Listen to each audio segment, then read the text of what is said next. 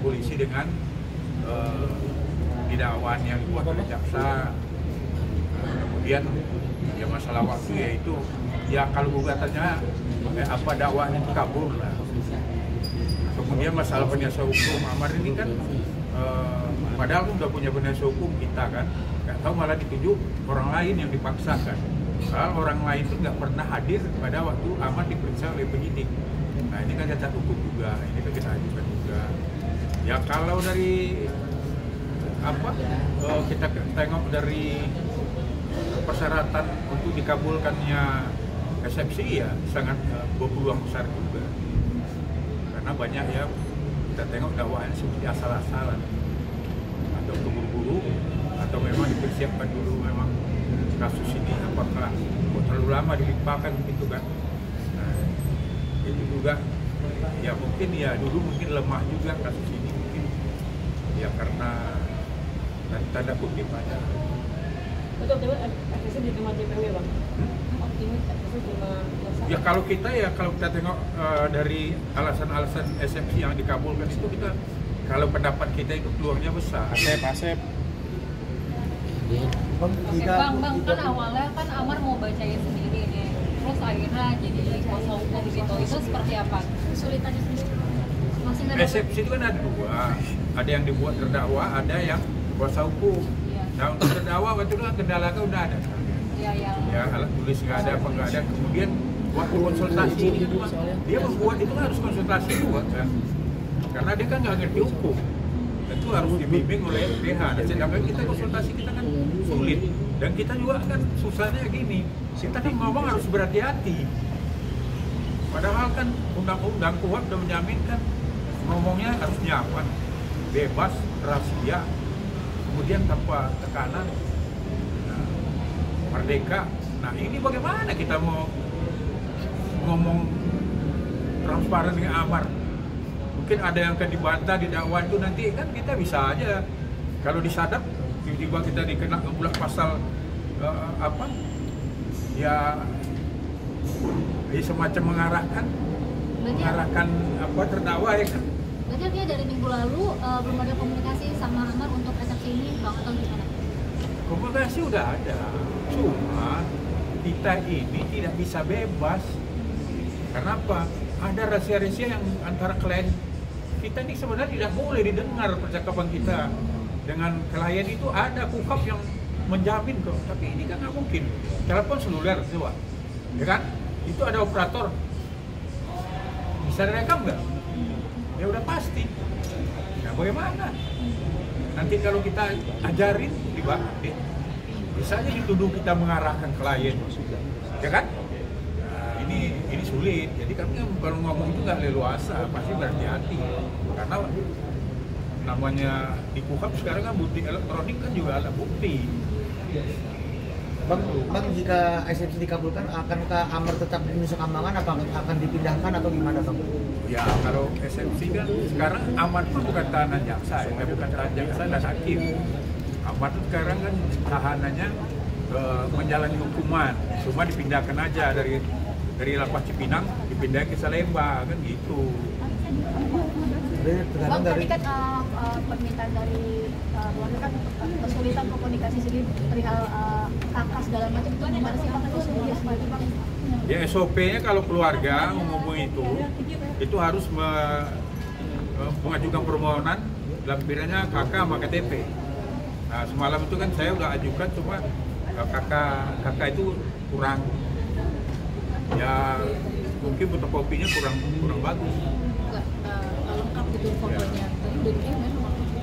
Ya nanti kita ajukan lagi. Jadi prosedurnya memang agak sulit. Kalau pengacara paling sulit itu kalau komunikasi kita ini kan seluler dan operator. Kami takut lah. Nanti kalau salah-salah kan nanti disangka kita mengarahkan. Tapi ada pembatasan waktu nggak sih bang untuk komunikasi sama Amar, misalkan 10 menit atau 5 menit atau Ya kalau semalam itu kan memang ada. Nah setelah kita protes di persidangan akhirnya kan ya waktunya nggak ada lagi batasnya, maksudnya ya logika lah, mungkin sejam, dulu kan 30 menit. Oke. Ini nanti baca-baca aja ya. Ini bang waktu Ya itu kan isi eksepsi tadi. Siap. Ya. Dokter mungkin tadi gimana tadi? Selanjutnya apa? Tindak lanjutnya ya tanggapan eksepsi kita ini oleh jaksa. Lumayan, jadi nggak sampai pembuktian. Ya udah keluarga. Oke dokter, gimana nih dok? Dok tadi gimana tadi ngobrol komunikasi dengan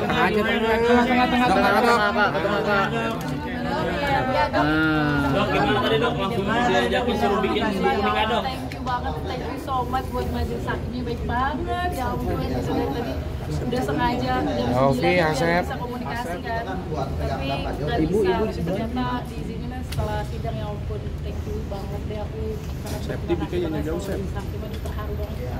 Dok, tadi Amar udah kode-kode tuh dok minta surat nikah dulu ini. Nah, jadi gini Langsung dok, saya ditembak, kan gini kan apa-apa tuh Amar taunya semua kegiatan Amar dari Agustus 2024 itu kan yang tahu saya.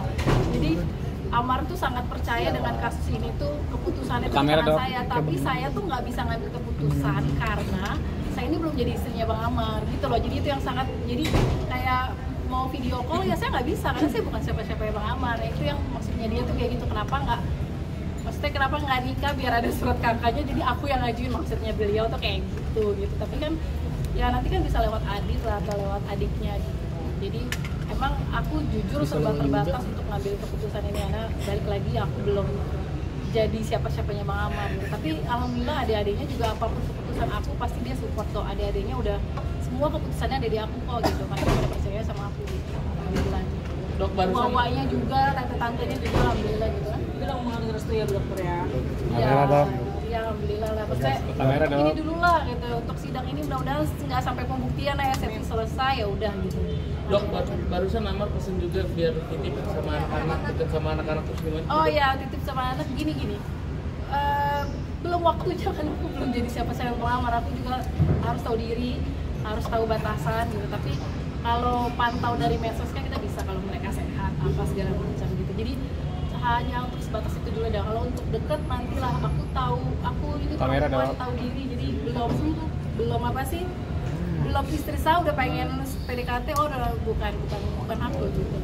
Tapi Amar minta dokter sebagai Belum, wakil tapi nih. video call udah pernah beberapa kali di rutan, kita pernah video call bareng sama anak aku juga. Mungkin apa yang dibicarakan kan video call sama anak-anak? Enggak, kalau anak-anak kecil kan emang lebih main, itu juga kan video call sama sisternya waktu itu. Jadi nggak ke aku gitu. Cuman Amar kayak memperkenalkan aja ke aku siapa gitu. Dokter juga harus sama Kak Dedi dulu. Oh iya, dia kan emang deket kan sama, selepas emang dia ada papanya, dia tetap ngucapin sama papanya, tapi kan emang sama Amar dia sangat dekat banget. Jadi malah dia sempat ngomong juga sih ke aku, ini hari raya loh aku mau ngucapin sama Dedi dulu gitu katanya. Karena dia taunya dia lagi sekolah soalnya, karena dia juga sempat nanya kan, kok nggak pernah telepon lagi. Aku bilang lagi dihukum, handphone lagi diambil sama gurunya. Gitu sih. Ya. Tapi udah mengenal juga nggak sih kan? Aku cuma komunikasi sama anaknya Bang Amar cuma sekali, pertama sama Air, kedua sama Amala. Itu pun waktu sama Amala Rumi yang video call sama Bang Amar bertiga gitu. Aku nggak ikutan ngobrol, jadi mereka yang ngobrol bertiga.